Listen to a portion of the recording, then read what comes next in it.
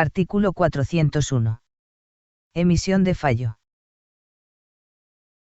Una vez concluida la deliberación, el Tribunal de Enjuiciamiento se constituirá nuevamente en la sala de audiencias, después de ser convocadas oralmente o por cualquier medio todas las partes, con el propósito de que el juez relator comunique el fallo respectivo.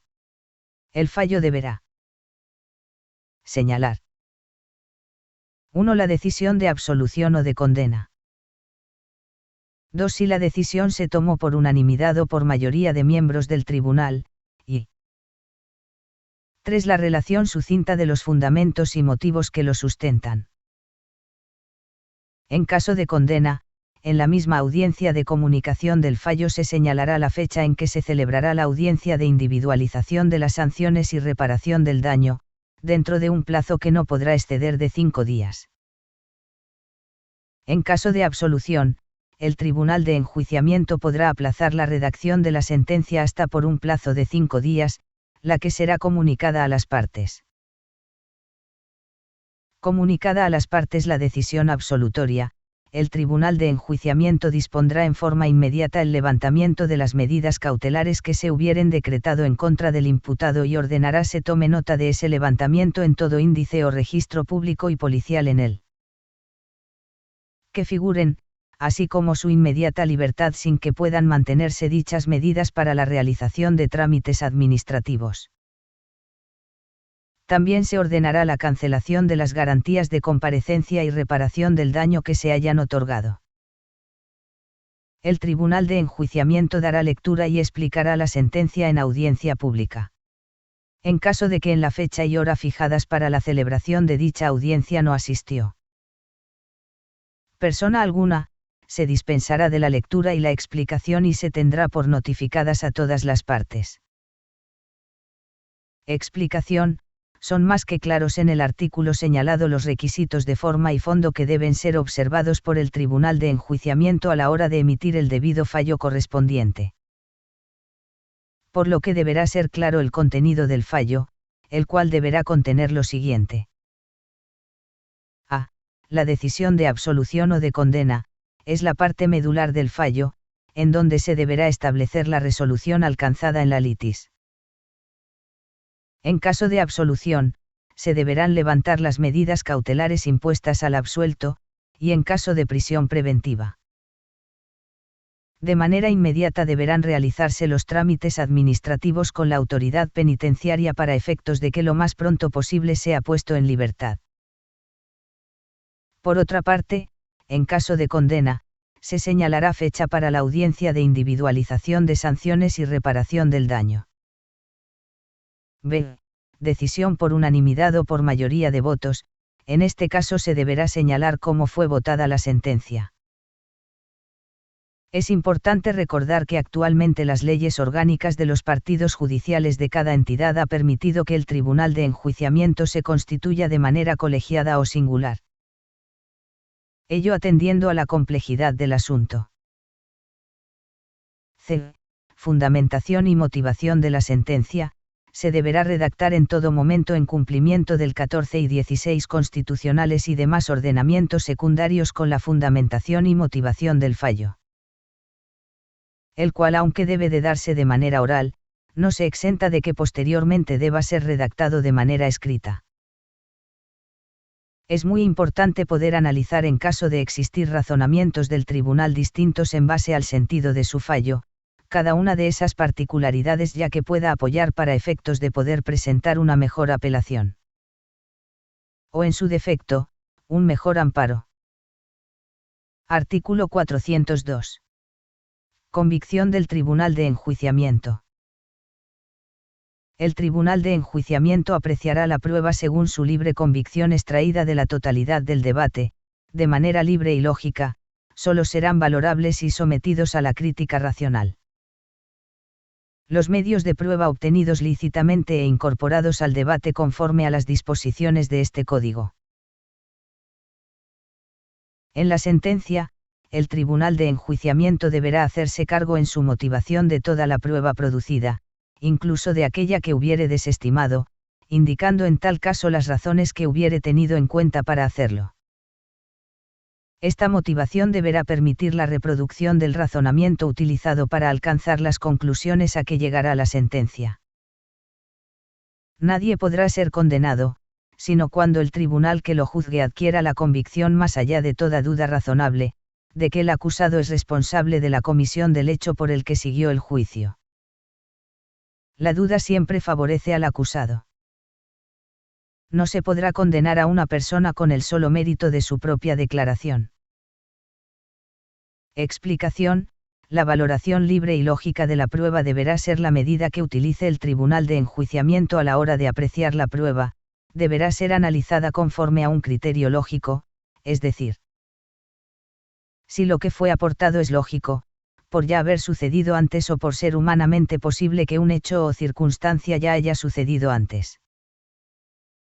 En caso de que alguna prueba se haya obtenido con violación a derechos fundamentales, esta no deberá ser valorada, es decir, no será tomada en cuenta a la hora de emitir el fallo. La condena solo podrá ser obsequiada por el tribunal cuando, más allá de toda duda razonable, se llegue a la convicción de que el acusado cometió el ilícito. Artículo 403. Requisitos de la sentencia. La sentencia contendrá: 1. La mención del tribunal de enjuiciamiento y el nombre del juez o los jueces que lo integran. 2. La fecha en que se dicta. 3. Identificación del acusado y la víctima u ofendido. 4. La enunciación de los hechos y de las circunstancias o elementos que hayan sido objeto de la acusación y, en su caso, los daños y perjuicios reclamados, la pretensión reparatoria y las defensas del imputado. 5. Una breve y sucinta descripción del contenido de la prueba. 6. La valoración de los medios de prueba que fundamenten las conclusiones alcanzadas por el tribunal de enjuiciamiento. 7. Las razones que sirvieron para fundar la resolución. 8. La determinación y exposición clara, lógica y completa de cada uno de los hechos y circunstancias que se consideren probados y de la valoración de las pruebas que fundamenten dichas conclusiones. 9. Los resolutivos de absolución o condena en los que, en su caso, el tribunal de enjuiciamiento se pronuncie sobre la reparación del daño y fije el monto de las indemnizaciones correspondientes, y 10. La firma del juez o de los integrantes del tribunal de enjuiciamiento. Explicación: cada uno de los requisitos de forma y fondo debe contener la sentencia para poder ser eficaz, la cual deberá ser oralmente producida, al menos que las partes estén de acuerdo en que se han leído solamente alguna parte de la misma. Como pudieran ser los resolutivos de la misma. En caso de que no se cumplan con alguno de los requisitos, pudieran ser argumentos para señalar en una apelación o en un amparo, 14 y 16 constitucional entre otros. Artículo 404. Redacción de la sentencia. Si el órgano jurisdiccional es colegiado, una vez emitida y expuesta, la sentencia será redactada por uno de sus integrantes. Los jueces resolverán por unanimidad o por mayoría de votos, pudiendo fundar separadamente sus conclusiones o en forma conjunta si estuvieren de acuerdo. El voto disidente será redactado por su autor. La sentencia señalará el nombre de su redactor. La sentencia producirá sus efectos desde el momento de su explicación y no desde su formulación escrita. Explicación: cuando el tribunal de enjuiciamiento es colegiado, es decir, cuando son 3 los jueces que se encuentran en juicio, regularmente es el juez relator quien explica el sentido de la sentencia. Los efectos de la sentencia se darán desde el momento en que ésta es explicada, ello para todos los efectos relacionados con los recursos o juicio de amparo que en su defecto pretenda solicitarse. Artículo 405. Sentencia absolutoria. En la sentencia absolutoria, el Tribunal de Enjuiciamiento ordenará que se tome nota del levantamiento de las medidas cautelares, en todo índice o registro público y policial en el que figuren, y será ejecutable inmediatamente. En su sentencia absolutoria el Tribunal de Enjuiciamiento determinará la causa de exclusión del delito, para lo cual podrá tomar como referencia, en su caso, las causas de atipicidad, de justificación o inculpabilidad, bajo los rubros siguientes. 1. Son causas de atipicidad, la ausencia de voluntad o de conducta, la falta de alguno de los elementos del tipo penal, el consentimiento de la víctima que recaiga sobre algún bien jurídico disponible. El error de tipo vencible que recaiga sobre algún elemento del tipo penal que no admita, de acuerdo con el catálogo de delitos susceptibles de configurarse de forma culposa previsto en la legislación penal aplicable. Así como el error de tipo invencible. 2. Son causas de justificación, el consentimiento presunto, la legítima defensa, el estado de necesidad justificante, el ejercicio de un derecho y el cumplimiento de un deber. 3. Son causas de inculpabilidad, el error de prohibición invencible, el estado de necesidad disculpante, la inimputabilidad, y la inexigibilidad de otra conducta. De ser el caso, el Tribunal de Enjuiciamiento también podrá tomar como referencia que el error de prohibición vencible solamente atenúa la culpabilidad y con ello atenúa también la pena, dejando subsistente la presencia del dolo. Igual como ocurre en los casos de exceso de legítima defensa e imputabilidad disminuida. Explicación: quedan señaladas a detalle las causas de exclusión de delito que deberán ser señaladas y justificadas por el tribunal. Cada una de las causas de exclusión de delito se encuentran en el artículo 15 del Código Penal Federal y en los códigos penales de cada entidad federativa. De igual forma deberá ser fundamentado y motivado cada una de los análisis que los haya llevado a esa conclusión. Artículo 406. Sentencia condenatoria. La sentencia condenatoria fijará las penas, o en su caso la medida de seguridad. Y se pronunciará sobre la suspensión de las mismas y la eventual aplicación de alguna de las medidas alternativas a la privación o restricción de libertad previstas en la ley. La sentencia que condene a una pena privativa de la libertad, deberá expresar con toda precisión el día desde el cual empezará a contarse y fijará el tiempo de detención o prisión preventiva que deberá servir de base para su cumplimiento.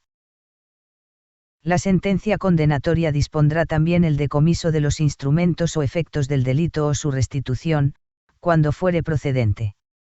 El Tribunal de Enjuiciamiento condenará a la reparación del daño.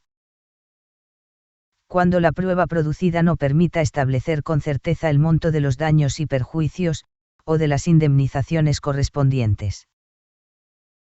El Tribunal de Enjuiciamiento podrá condenar genéricamente a reparar los daños y los perjuicios y ordenar que se liquiden en ejecución de sentencia por vía incidental, siempre que estos se hayan demostrado. Así como su deber de repararlos. El Tribunal de Enjuiciamiento solamente dictará sentencia condenatoria cuando exista convicción de la culpabilidad del sentenciado. Bajo el principio general de que la carga de la prueba para demostrar la culpabilidad corresponde a la parte acusadora, conforme lo establezca el tipo penal de que se trate. Al dictar sentencia condenatoria se indicarán los márgenes de la punibilidad del delito y quedarán plenamente acreditados los elementos de la clasificación jurídica, es decir, el tipo penal que se atribuye, el grado de la ejecución del hecho, la forma de intervención y la naturaleza dolosa o culposa de la conducta, así como el grado de lesión o puesta en riesgo del bien jurídico. La sentencia condenatoria hará referencia a los elementos objetivos, subjetivos y normativos del tipo penal correspondiente, precisando si el tipo penal se consumó o se realizó en grado de tentativa. Así como la forma en que el sujeto activo haya intervenido para la realización del tipo, según se trate de alguna forma de autoría o de participación, y la naturaleza dolosa o culposa de la conducta típica. En toda sentencia condenatoria se argumenta por qué el sentenciado no está favorecido por ninguna de las causas de la tipicidad, justificación o inculpabilidad, igualmente, se hará referencia a las agravantes o atenuantes que hayan concurrido y a la clase de concurso de delitos si fuera el caso. Explicación: en la sentencia condenatoria deberá establecerse los días que habrán de compurgarse, por lo que deberán contarse los días de prisión preventiva que en su caso haya compurgado el sentenciado. En caso de que se haya solicitado el decomiso de algún producto del delito, como por ejemplo pudiera ser la droga asegurada, esta deberá ser decomisada. En el caso de reparación del daño, el tribunal de enjuiciamiento deberá establecer la reparación respectiva, y en caso de que no se hayan establecido los daños de manera exacta, el tribunal condenará de manera genérica. Para que en ejecución pueda hacerse valer la misma vía incidental, el fiscal deberá demostrar más allá de toda duda razonable la culpabilidad del acusado, por lo que en caso de no sobrepasar ese estándar no podrá el juez dictar condena. Deberá asimismo establecerse la penalidad entre la mínima y máxima que el delito establezca y señalar la clasificación jurídica. Si no está favorecido el sentenciado con ninguna causa de justificación, atipicidad o inculpabilidad, el tribunal deberá señalar en su sentencia. Este criterio judicial ayudará a interpretar mejor este artículo. Sentencia condenatoria dictada en el proceso penal acusatorio y oral. En términos del artículo 406, último párrafo, del Código Nacional de Procedimientos Penales, debe señalar expresamente por qué no se actualiza alguna causa de atipicidad, justificación o de inculpabilidad en favor del sentenciado. De acuerdo con el precepto mencionado, en toda sentencia condenatoria se argumentará por qué el sentenciado no está favorecido por ninguna causa de atipicidad, justificación o inculpabilidad. Por ello, en concordancia con el diverso artículo 405 del mismo ordenamiento, dicho fallo debe explicar adecuadamente por qué no se actualiza a favor del reo alguno de los siguientes rubros: a. Causas de atipicidad. Y. La ausencia de voluntad o de conducta. 2. La falta de alguno de los elementos del tipo penal, componentes objetivos, normativos o subjetivos específicos de la descripción típica. 3. El consentimiento de la víctima que recaiga sobre algún bien jurídico disponible. 4. El error de tipo vencible que recaiga sobre algún elemento del tipo penal, objetivo o normativo, que no admita. De acuerdo con el catálogo de delitos susceptibles de configurarse de forma culposa previsto en la legislación penal aplicable, y, v. El error de tipo invencible. B. Causas de justificación, y, consentimiento presunto. 2. La legítima defensa. 3. El estado de necesidad justificante, y, 4. El ejercicio de un derecho o el cumplimiento de un deber, y, c. Causas de inculpabilidad. Y, la inimputabilidad. 2. El error de prohibición invencible. 3. El estado de necesidad disculpante, y, 4. La inexigibilidad de otra conducta. Luego, en la sentencia condenatoria dictada en el proceso penal acusatorio y oral, deberán realizarse los juicios de tipicidad, antijuridicidad y culpabilidad de la conducta, y señalarse expresamente, mediante la exteriorización de un raciocinio o conjunto de proposiciones eslabonadas, porque el sentenciado no está favorecido con alguna causal excluyente del delito. Artículo 407. Congruencia de la sentencia. La sentencia de condena no podrá sobrepasar los hechos probados en juicio. Explicación: el tribunal no podrá excederse a la hora de condenar al sentenciado más de lo que fue probado en juicio, siguiendo el principio de congruencia en las sentencias. Artículo 408. Medios de prueba en la individualización de sanciones y reparación del daño. El desahogo de los medios de prueba para la individualización de sanciones y reparación del daño procederá después de haber resuelto sobre la responsabilidad del sentenciado. El debate comenzará con el desahogo de los medios de prueba que se hubieren admitido en la etapa intermedia. En el desahogo de los medios de prueba serán aplicables las normas relativas al juicio oral. Explicación: la siguiente audiencia después de juicio será la de individualización de sanciones y reparación del daño, solo en caso de que haya sido condenada la persona. Esta audiencia lo que establece es, qué pena es la que debe de imponer al sentenciado entre las mínimas y máximas que establece el delito, o en su caso los delitos tratándose de concurso de delitos. Esta audiencia es similar a la de juicio oral, empieza con un alegato de apertura de las partes y posteriormente se desahoga los medios de pruebas de las partes, y por último un alegato de clausura de las partes. Es muy común en esta audiencia que no se presente medios de prueba y se solicite que se valoren las pruebas que fueron desahogadas en la etapa de juicio. Es por ello que en muchas ocasiones a propuesta del Tribunal de Enjuiciamiento se pide que solamente se realice el alegato de apertura y clausura en una sola presentación. Artículo 409. Audiencia de individualización de sanciones y reparación del daño. Después de la apertura de la audiencia de individualización de los intervinientes, el Tribunal de Enjuiciamiento señalará la materia de la audiencia, y dará la palabra a las partes para que expongan, en su caso, sus alegatos de apertura. Acto seguido, le solicitará a las partes que determinen el orden en que desean el desahogo de los medios de prueba y declarará abierto el debate. Este iniciará con el desahogo de los medios de prueba y continuará con los alegatos de clausura de las partes. Cerrado el debate, el Tribunal de Enjuiciamiento deliberará brevemente y procederá a manifestarse con respecto a la sanción a imponer al sentenciado y sobre la reparación del daño causado a la víctima u ofendido. Asimismo, fijará las penas y se pronunciará sobre la eventual aplicación de alguna de las medidas alternativas a la pena de prisión o sobre su suspensión, e indicará en qué forma deberá, en su caso, repararse el daño. Dentro de los 5 días siguientes a esta audiencia, el tribunal redactará la sentencia.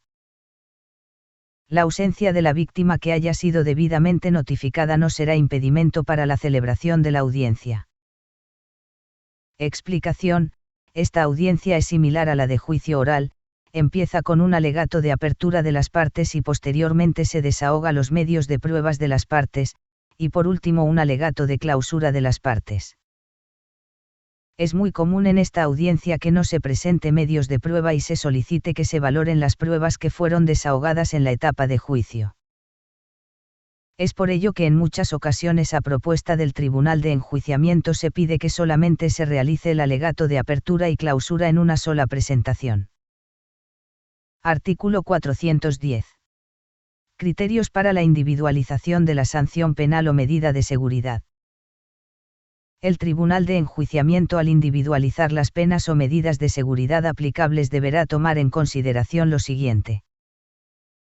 Dentro de los márgenes de punibilidad establecidos en las leyes penales, el Tribunal de Enjuiciamiento individualizar la sanción tomando como referencia la gravedad de la conducta típica y antijurídica, así como el grado de culpabilidad del sentenciado.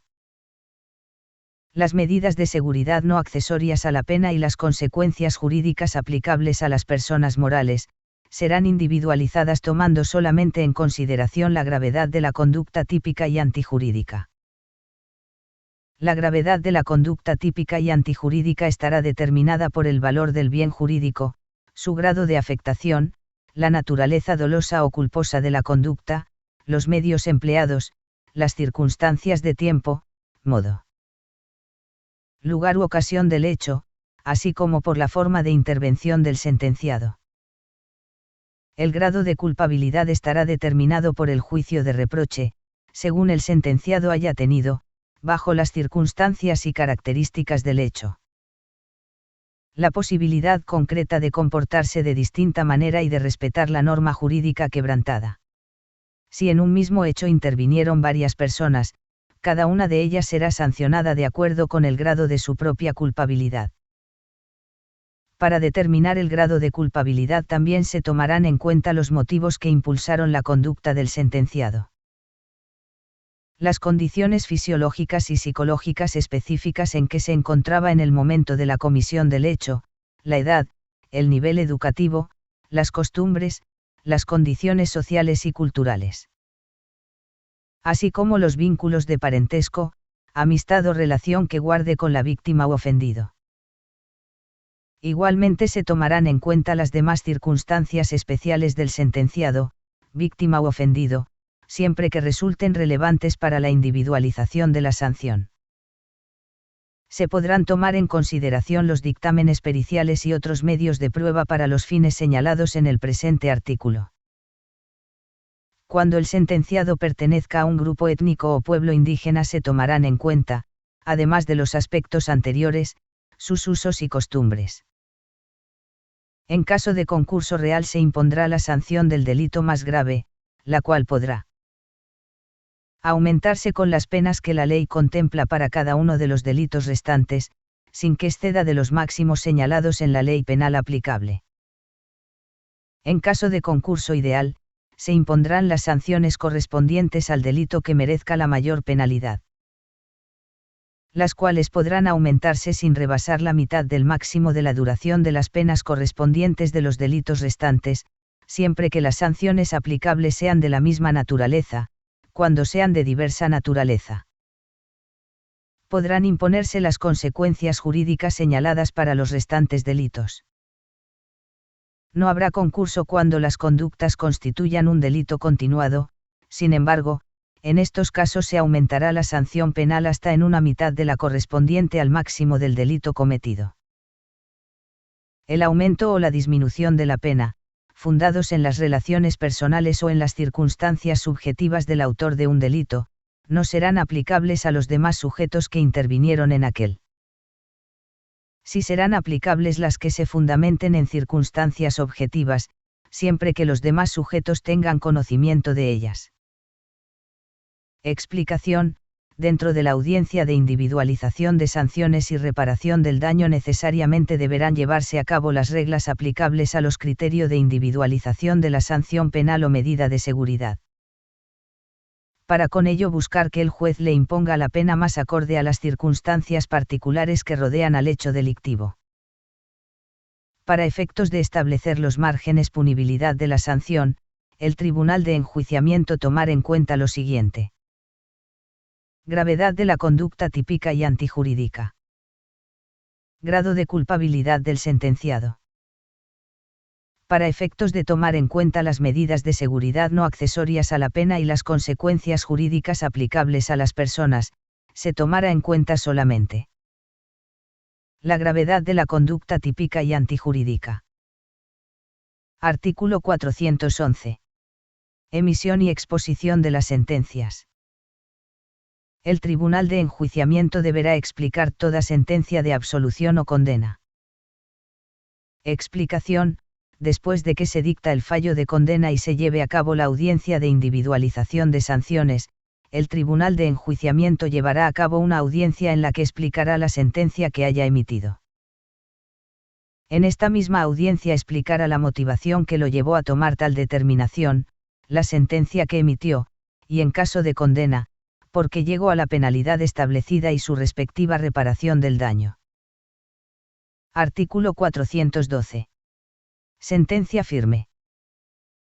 En cuanto no sean oportunamente recurridas, las resoluciones judiciales quedarán firmes y serán ejecutables sin necesidad de declaración alguna. Explicación: la sentencia emitida por el Tribunal de Enjuiciamiento quedará firme, esto es, no admitirá ya recurso alguno cuando hayan transcurrido los términos para apelar la sentencia y ésta no haya sido presentada. Artículo 413. Remisión de la sentencia. El Tribunal de Enjuiciamiento, dentro de los 3 días siguientes a aquel en que la sentencia condenatoria quede firme, deberá remitir copia autorizada de la misma al juez que le corresponda la ejecución correspondiente y a las autoridades penitenciarias que intervienen en el procedimiento de ejecución para su debido cumplimiento. Dicha disposición también será aplicable en los casos de las sentencias condenatorias dictadas en el procedimiento abreviado. Explicación: la etapa de ejecución de la pena inicia desde el momento en que cause ejecutoria la sentencia en el procedimiento ordinario, por lo que desde ese momento el juez competente será el de ejecución de la sentencia. Título 9.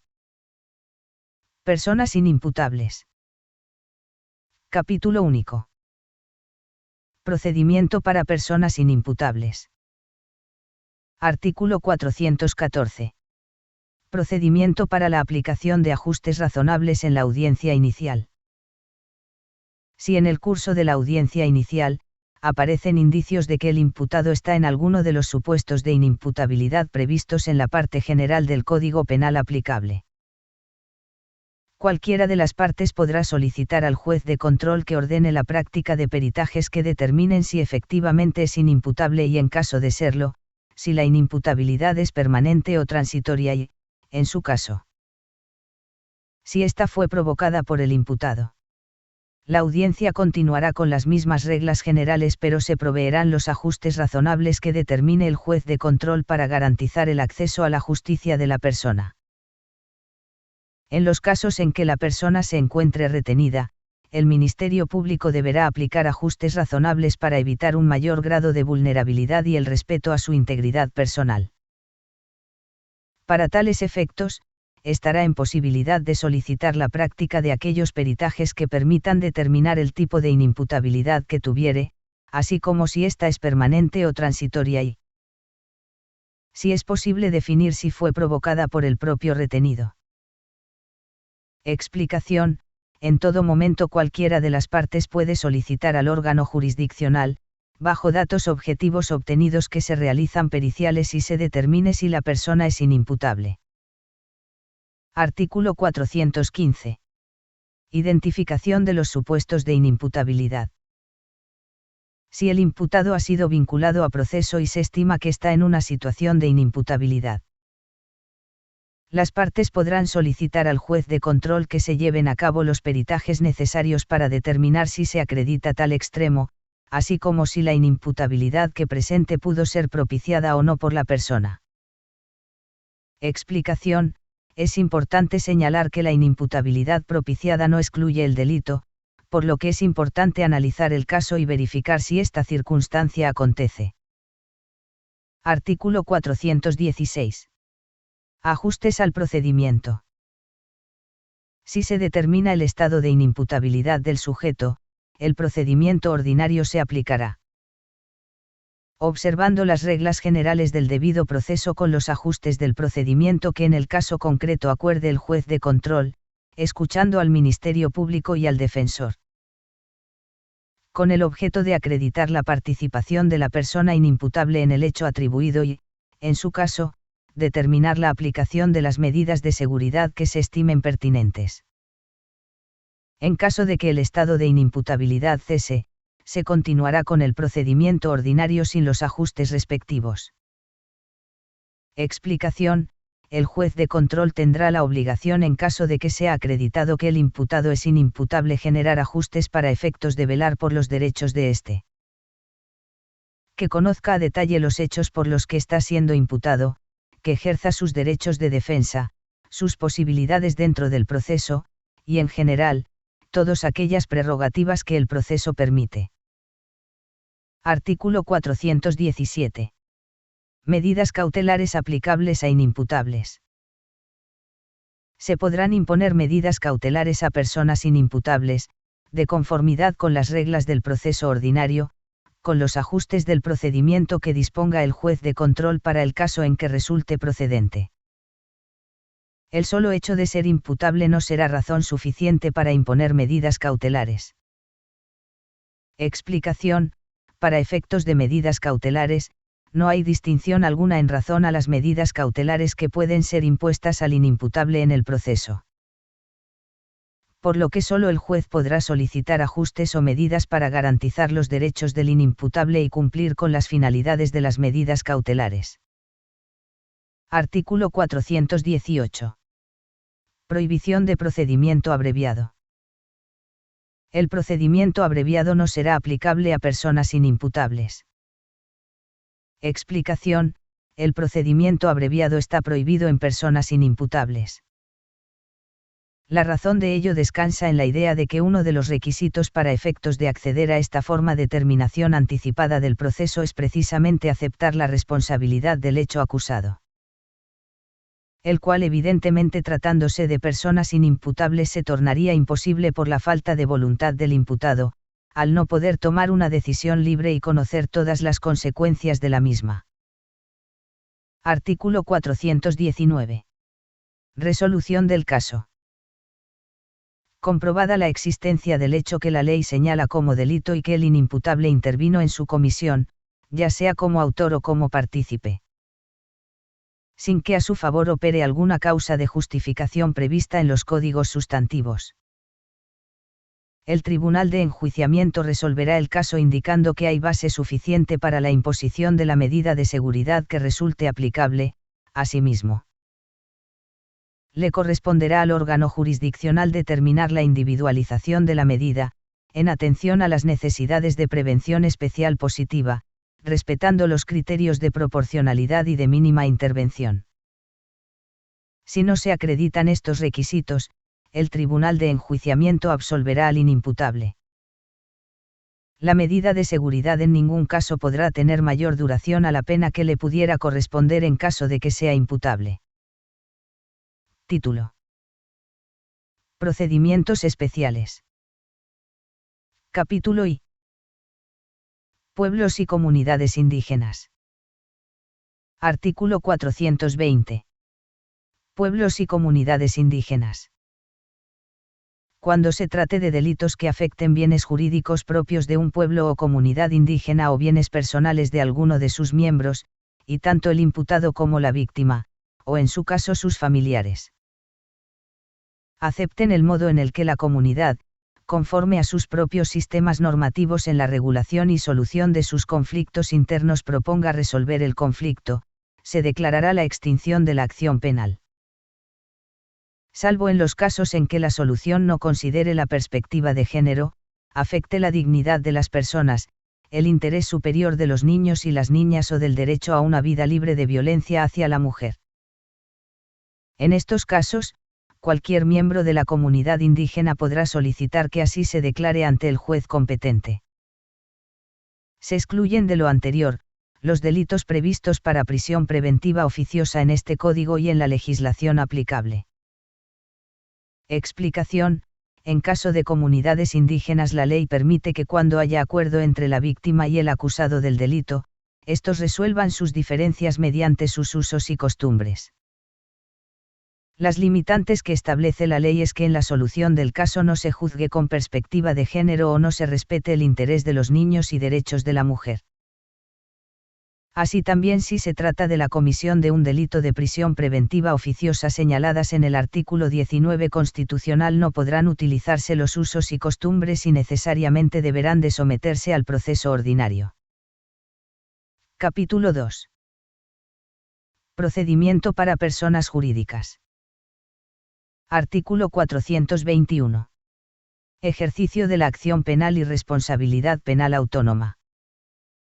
Las personas jurídicas serán penalmente responsables, de los delitos cometidos a su nombre, por su cuenta, en su beneficio o a través de los medios que ellas proporcionen. Cuando se haya determinado que además existió inobservancia del debido control en su organización. Lo anterior con independencia de la responsabilidad penal en que puedan incurrir sus representantes o administradores de hecho o de derecho. El Ministerio Público podrá ejercer la acción penal en contra de las personas jurídicas con excepción de las instituciones estatales. Independientemente de la acción penal que pudiera ejercer contra las personas físicas involucradas en el delito cometido. No se extinguirá la responsabilidad penal de las personas jurídicas cuando se transformen, fusionen, absorban o escindir. En estos casos, el traslado de la pena podrá graduarse atendiendo a la relación que se guarde con la persona jurídica originariamente responsable del delito. La responsabilidad penal de la persona jurídica tampoco se extinguirá mediante su disolución aparente, cuando continúe su actividad económica y se mantenga la identidad sustancial de sus clientes, proveedores, empleados. O de la parte más relevante de todos ellos. Las causas de exclusión del delito o de extinción de la acción penal, que pudieran concurrir en alguna de las personas físicas involucradas, no afectará el procedimiento contra las personas jurídicas.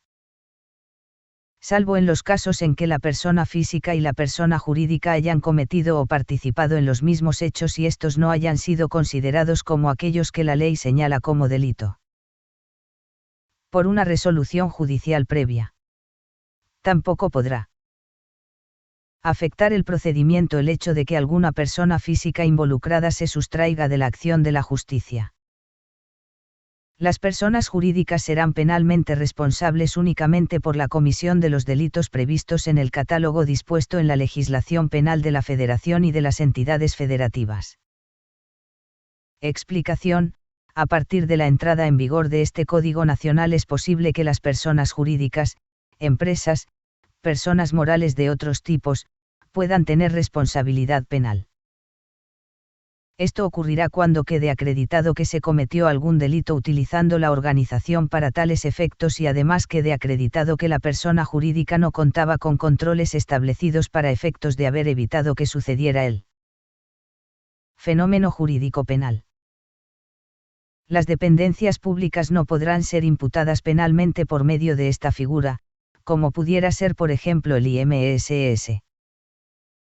Sin embargo, las personas físicas que hayan actuado en contra de la norma penal, un médico del IMSS que realizó una negligencia médica en una intervención quirúrgica, sí podrá ser imputado penalmente.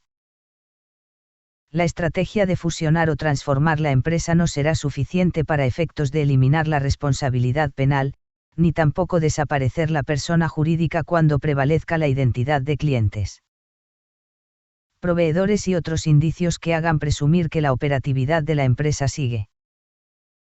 Artículo 422. Consecuencias jurídicas. A las personas jurídicas, con personalidad jurídica propia, se les podrá aplicar una o varias de las siguientes sanciones. 1. Sanción pecuniaria o multa. 2. Decomiso de instrumentos, objetos o productos del delito.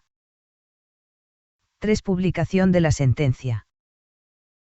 4. Disolución, o 5. Las demás que expresamente determinen las leyes penales conforme a los principios establecidos en el presente artículo.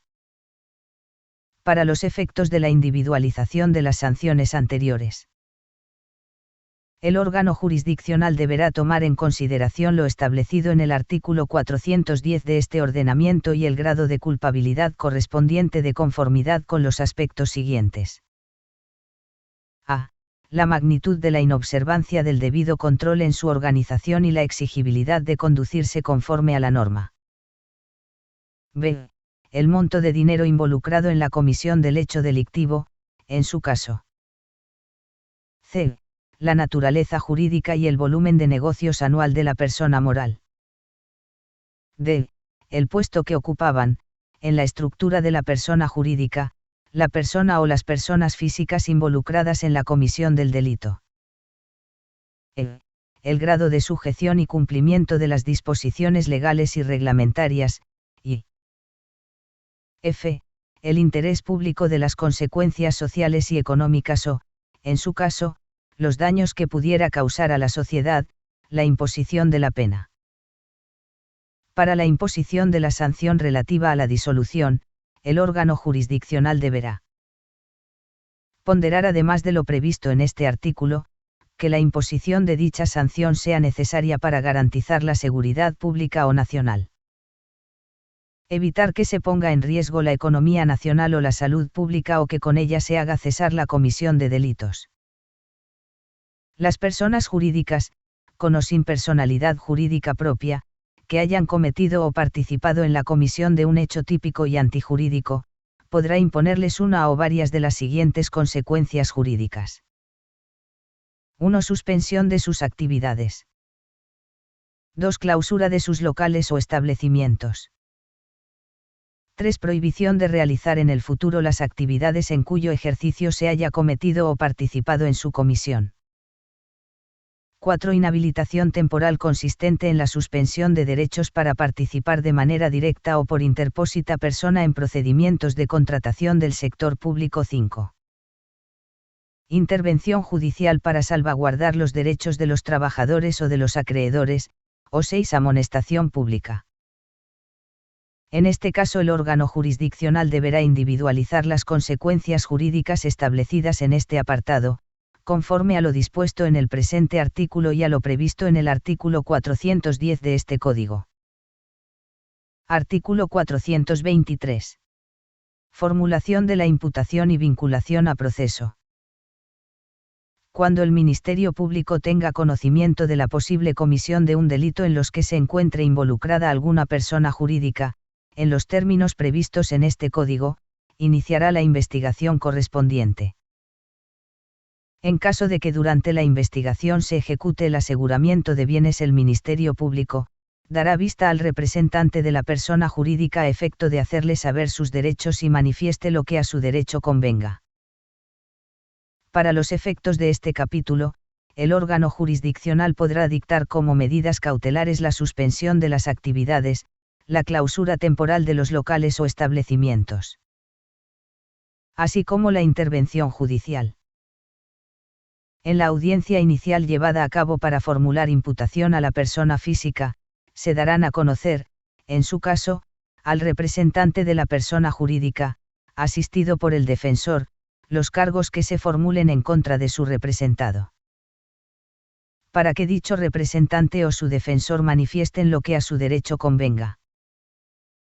El representante de la persona jurídica, asistido por el defensor designado, podrá participar en todos los actos del procedimiento.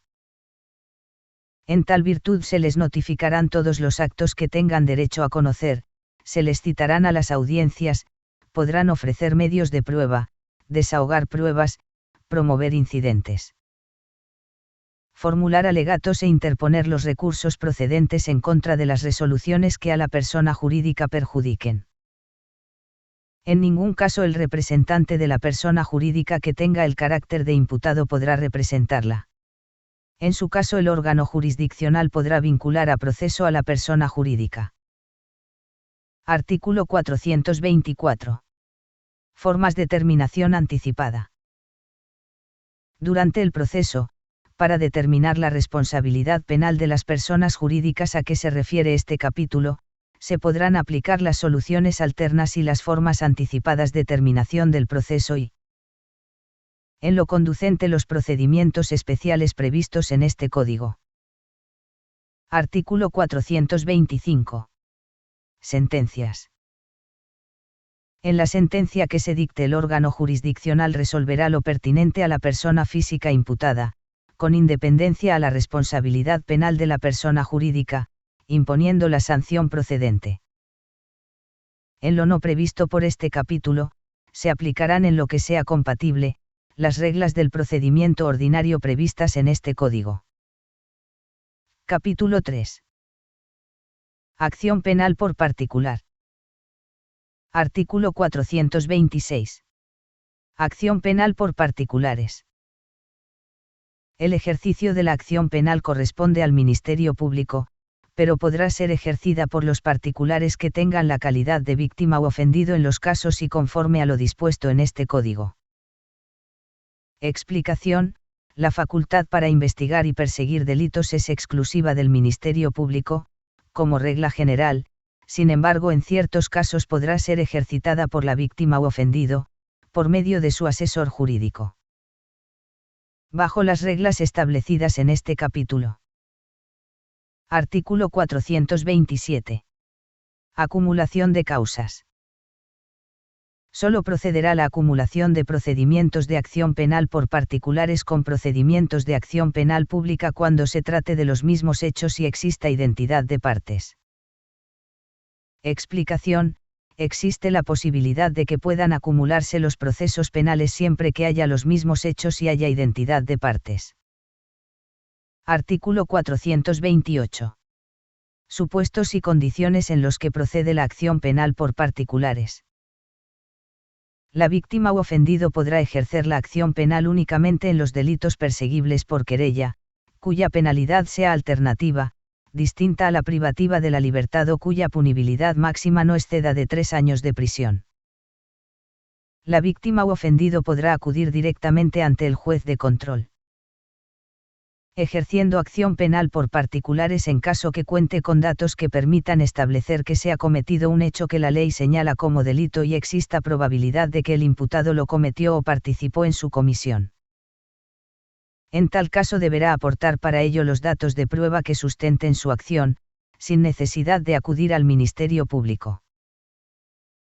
Cuando en razón de la investigación del delito sea necesaria la realización de actos de molestia que requieran control judicial, la víctima u ofendido deberá acudir ante el juez de control.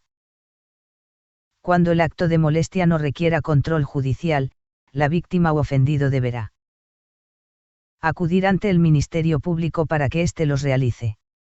En ambos supuestos, el Ministerio Público continuará con la investigación y, en su caso, decidirá sobre el ejercicio de la acción penal. Explicación: existen limitantes para efectos de que pueda ser ejercida la acción penal por particulares. Artículo 429. Requisitos formales y materiales.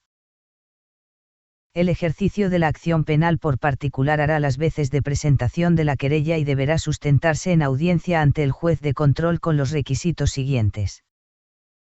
1. El nombre y el domicilio de la víctima u ofendido. 2. Si la víctima o el ofendido son una persona jurídica, se indicará su razón social y su domicilio, así como el de su representante legal. 3. El nombre del imputado y, en su caso, cualquier dato que permita su localización. 4. El señalamiento de los hechos que se consideran delictivos, los datos de prueba que los establezcan y determinen la probabilidad de que el imputado los cometió o participó en su comisión. Los que acrediten los daños causados y su monto aproximado, así como aquellos que establezcan la calidad de víctima u ofendido. 5. Los fundamentos de derecho en que se sustenta la acción, y 6. La petición que se formula, expresada con claridad y precisión. Artículo 430. Contenido de la petición. El particular al ejercer la acción penal ante el juez de control podrá solicitar lo siguiente. 1. La orden de comparecencia en contra del imputado o su citación a la audiencia inicial, y 2. El reclamo de la reparación del daño. Artículo 431. Admisión. En la audiencia, el juez de control constató que se cumplen los requisitos formales y materiales para el ejercicio de la acción penal particular. De no cumplirse con alguno de los requisitos formales exigidos, el juez de control prevendrá al particular para su cumplimiento dentro de la misma audiencia y de no ser posible, dentro de los 3 días siguientes. De no subsanarse o de ser improcedente su pretensión, se tendrá por no interpuesta la acción penal y no podrá volver a ejercerse por parte del particular por esos mismos hechos. Admitida la acción penal promovida por el particular, el juez de control ordenará la citación del imputado a la audiencia inicial, apercibido que en caso de no asistirse ordenará su comparecencia o aprehensión, según proceda. El imputado deberá ser citado a la audiencia inicial a más tardar dentro de las 48 horas siguientes a aquella en la que se fije la fecha de celebración de la misma. La audiencia inicial deberá celebrarse dentro de los 5 a 10 días siguientes a aquel en que se tenga admitida la acción penal. Informando al imputado en el momento de la citación el derecho que tiene de designar y asistir acompañado de un defensor de su elección y que de no hacerlo se le nombrará un defensor público. Artículo 432. Reglas generales. Si la víctima u ofendido decide ejercer la acción penal, por ninguna causa podrá acudir al Ministerio Público a solicitar su intervención para que investigue los mismos hechos. La carga de la prueba para acreditar la existencia del delito y la responsabilidad del imputado corresponde al particular que ejerza la acción penal. Las partes, en igualdad procesal, podrán aportar todo elemento de prueba con que cuenten e interponer los medios de impugnación que legalmente procedan. A la acusación de la víctima u ofendido, le serán aplicables las reglas previstas para la acusación presentada por el Ministerio Público. De igual forma, salvo disposición legal en contrario, en la substanciación de la acción penal promovida por particulares, se observarán en todo lo que resulte aplicable las disposiciones relativas al procedimiento previstas en este código y los mecanismos alternativos de solución de controversias. Título 11. Asistencia jurídica internacional en materia penal. Capítulo I. Disposiciones generales. Artículo 433. Disposiciones generales. Los Estados Unidos mexicanos prestarán a cualquier Estado extranjero que lo requiera o autoridad ministerial o judicial, tanto en el ámbito federal como del fuero común, la más amplia ayuda relacionada con la investigación, el procesamiento y la sanción de delitos que correspondan a la jurisdicción de éste. La ejecución de las solicitudes se realizará según la legislación de los Estados Unidos mexicanos, y la misma será desahogada a la mayor brevedad posible. Las autoridades que intervengan actuarán con la mayor diligencia con la finalidad de cumplir con lo solicitado en la asistencia jurídica. Explicación, en materia de competencia internacional. La Fiscalía de la Federación y las Fiscalías de los Estados estarán obligados a prestar apoyo con la infraestructura y el recurso humano con que cuente la Fiscalía para efectos de apoyar en la investigación y sanción de delitos que deban llevarse a cabo en los países extranjeros. Artículo 434. Ámbito de aplicación. La asistencia jurídica internacional tiene como finalidad brindar apoyo entre las autoridades competentes en relación con asuntos de naturaleza penal. De conformidad con los compromisos internacionales suscritos por el Estado mexicano en materia de asistencia jurídica, así como de los respectivos ordenamientos internos, se deberá prestar la mayor colaboración para la investigación y persecución de los delitos, y en cualquiera de las actuaciones comprendidas en el marco de procedimientos del orden penal que sean competencia de las autoridades de la parte requirente en el momento en que la asistencia sea solicitada. La asistencia jurídica solo podrá ser invocada para la obtención de medios de prueba ordenados por la autoridad investigadora, o bien la judicial para mejor proveer, pero jamás para las ofrecidas por los imputados o sus defensas, aun cuando sean aceptadas o acordadas favorablemente por las autoridades judiciales.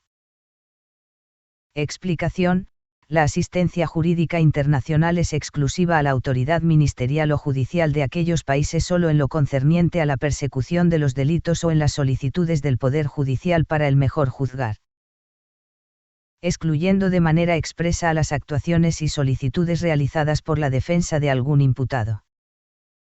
Artículo 435. Trámite y resolución. Los procedimientos establecidos en este capítulo se deberán aplicar para el trámite y resolución de cualquier solicitud de asistencia jurídica que se reciba del extranjero, cuando no exista tratado internacional. Si existiera tratado entre el Estado requirente y los Estados Unidos mexicanos, las disposiciones de este regirán el trámite y desahogo de la solicitud de asistencia jurídica. Todo aquello que no esté contemplado de manera específica en un tratado de asistencia jurídica, se aplicará lo dispuesto en este Código. Artículo 436. Principios. La asistencia jurídica internacional deberá regirse por los siguientes principios. 1. Conexidad. Toda petición de asistencia para ser procedente necesariamente debe estar vinculada a una investigación o proceso en curso. 2. Especificidad. Las solicitudes de asistencia jurídica internacional deben contener hechos concretos y requerimientos precisos. 3. Identidad de normas. Se prestará la asistencia con independencia de que el hecho que motiva la solicitud constituya o no delito según las leyes del Estado requerido. Se exceptúa de lo anterior el supuesto de que la asistencia se solicite para la ejecución de las medidas de aseguramiento o embargo, cateo o registro domiciliario o decomiso o incautación, en cuyo caso será necesario que el hecho que da lugar al procedimiento sea también considerado como delito por la legislación del Estado requerido, y 4. Reciprocidad. Consiste en la colaboración internacional entre Estados soberanos en los que priva la igualdad. Artículo 437. Autoridad central. La autoridad central en materia de asistencia jurídica internacional será la Procuraduría General de la República quien ejercerá las atribuciones establecidas en este Código.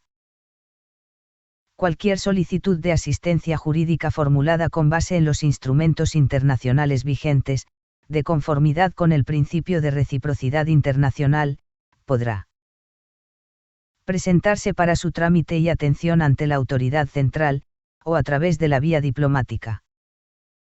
Artículo 438. Reciprocidad. En ausencia de convenio o tratado internacional, los Estados Unidos mexicanos prestarán ayuda bajo el principio de reciprocidad internacional, la cual estará subordinada a la existencia u ofrecimiento por parte del Estado o autoridad requirente a cooperar en casos similares. Dicho compromiso deberá asentarse por escrito en los términos que para tales efectos establezca la autoridad central. Artículo 439. Alcances. La asistencia jurídica comprenderá: 1. Notificación de documentos procesales. Obtención de pruebas. 2. Intercambio de información e iniciación de procedimientos penales en la parte requerida. 3. Localización e identificación de personas y objetos. 4. Recepción de declaraciones y testimonios, así como práctica de dictámenes periciales. 5. Ejecución de órdenes de cateo o registro domiciliario y demás medidas cautelares. Aseguramiento de objetos, productos o instrumentos del delito. 6. Citación de imputados, testigos, víctimas y peritos para comparecer voluntariamente ante autoridad competente en la parte requirente. 7. Citación y traslado temporal de personas privadas de libertad en la parte requerida, a fin de comparecer como testigos o víctimas ante la parte requirente, o para otras actuaciones procesales indicadas en la solicitud de asistencia. 8. Entrega de documentos, objetos y otros medios de prueba. 9. Autorización de la presencia o participación, durante la ejecución de una solicitud de asistencia jurídica de representantes de las autoridades competentes del Estado o autoridad requirente, y x2. Cualquier otra forma de asistencia, siempre y cuando no esté prohibida por la legislación mexicana. Artículo 440. Denegación o aplazamiento. La asistencia jurídica solicitada podrá ser denegada cuando: 1. El cumplimiento de la solicitud pueda contravenir la seguridad y el orden público. 2. El cumplimiento de la solicitud sea contrario a la legislación nacional. 3. La ejecución de la solicitud sea contraria a las obligaciones internacionales adquiridas por los Estados Unidos mexicanos. 4. La solicitud se refiera a delitos del fuero militar. 5. La solicitud se refiera a un delito que sea considerado de carácter político por el gobierno mexicano. 6. La solicitud de asistencia jurídica se refiera a un delito sancionado con pena de muerte, a menos que la parte requirente otorgue garantías suficientes de que no se impondrá la pena de muerte o de que, si se impone, no será ejecutada. 7. La solicitud de asistencia jurídica se refiere a hechos con base en los cuales la persona sujeta a investigación o a proceso haya sido definitivamente absuelta o condenada por la parte requerida. Se podrá diferir el cumplimiento de la solicitud de asistencia jurídica cuando la autoridad central considere que su ejecución puede perjudicar u obstaculizar una investigación o procedimiento judicial en curso. En caso de denegar o diferir la asistencia jurídica, la autoridad central lo informará a la parte requirente, expresando los motivos de tal decisión. Artículo 441. Solicitudes. Toda solicitud de asistencia deberá formularse por escrito y en tratándose de casos urgentes la misma podrá ser enviada a la autoridad central por fax, correo electrónico o mediante cualquier otro medio de comunicación permitido, bajo el compromiso de remitir el documento original a la brevedad posible. Tratándose de solicitudes provenientes de autoridades extranjeras, la misma deberá estar acompañada de su respectiva traducción al idioma español. Artículo 442. Requisitos esenciales. Se tienen como requisitos mínimos que toda petición de asistencia jurídica debe contener, los siguientes. 1. La identidad de la autoridad que hace la solicitud. 2. El asunto y la naturaleza de la investigación, el procedimiento o diligencia. 3. Una breve relatoría de los hechos. 4. El propósito para el que se requieren las pruebas, la información o la actuación. 5. Los métodos de ejecución a seguirse. 6. De ser posible, la identidad, ubicación y nacionalidad de toda persona interesada, y 7. La transcripción de las disposiciones legales aplicables. Artículo 443. Ejecución de las solicitudes de asistencia jurídica de autoridad extranjera. La autoridad central analizará si la solicitud de asistencia jurídica cumple con los requisitos esenciales y si se encuentra apegada a los términos del convenio o tratado internacional.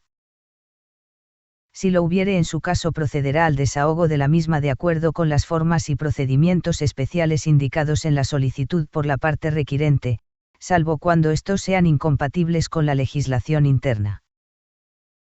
La autoridad central remitirá oportunamente la información o la actuación y, en su caso, las pruebas obtenidas como resultado de la ejecución de la solicitud a la parte requirente. Cuando no sea posible cumplir con la solicitud, en todo o en parte, la autoridad central lo hará saber inmediatamente a la parte requirente e informará de las razones que impidan su ejecución. Artículo 444. Confidencialidad y limitaciones en el uso de la información. La autoridad central, así como aquellas autoridades que tengan conocimiento o participen en la ejecución y desahogo de alguna solicitud de asistencia, están obligadas a mantener confidencialidad sobre el contenido de la misma y de los documentos que la sustenten. La obtención de información y pruebas suministradas en atención a una solicitud de asistencia jurídica internacional solo podrán ser utilizadas para el objetivo por el que fue solicitada y para la investigación o proceso judicial que se trate, salvo que se obtenga el consentimiento expreso y por escrito del Estado o la autoridad requirente para su uso con fines diversos. Capítulo 2. Formas específicas de asistencia. Artículo 445. Notificación de documentos procesales. En aquellas asistencias que tengan como finalidad la notificación de documentos, se deberá especificar el nombre y domicilio de la persona o personas a quienes se deba notificar. Cuando la notificación tenga por objeto hacer del conocimiento alguna diligencia o actuación con una fecha determinada, la misma deberá enviarse con una anticipación razonable respecto de la fecha de la diligencia. En todos los casos, la autoridad central, sin demora, procederá a realizar o tramitar la notificación de documentos procesales aportados por el Estado o la autoridad requirente, en la forma y términos solicitados. La autoridad que realice la notificación levantará un acta circunstanciada o bien una declaración fechada y firmada por el destinatario, en la que conste el hecho, la fecha y la forma de notificación. Artículo 446. Recepción de testimonios o declaraciones de personas.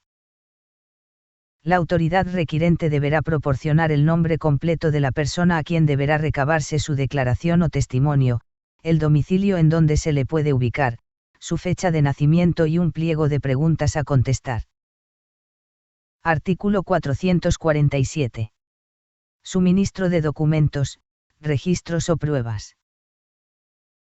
En la solicitud de asistencia, el Estado o la autoridad requirente deberá indicar la ubicación de los registros o documentos requeridos, y tratándose de instituciones financieras, el nombre y en la medida de lo posible el número de cuenta respectivo. Este último requisito podrá variar de conformidad con el convenio o tratado que aplique en su caso. Artículo 448. Localización e identificación de personas u objetos. A petición de la parte requirente, la parte requerida adoptará todas las medidas contempladas en su legislación para la localización e identificación de personas y objetos indicados en la solicitud. Y mantendrá informada a la requirente del avance y los resultados de sus investigaciones. Artículo 449. Cateo, inmovilización y aseguramiento de bienes. En el caso de diligencias ordenadas por autoridades judiciales que tengan como finalidad la realización de un cateo o medidas tendentes a la inmovilización y aseguramiento de bienes, el Estado o autoridad requirente deberá proporcionar: 1. La ubicación exacta de los bienes. 2. Tratándose de instituciones financieras, el nombre y la dirección de la institución y el número de cuenta respectiva. 3. La documentación en donde se acredite la relación entre las medidas solicitadas y los elementos de prueba con los que se cuente, y 4. Las razones y argumentos que se tienen para creer que los objetos, productos o instrumentos de un delito se encuentran en el territorio de la parte requerida.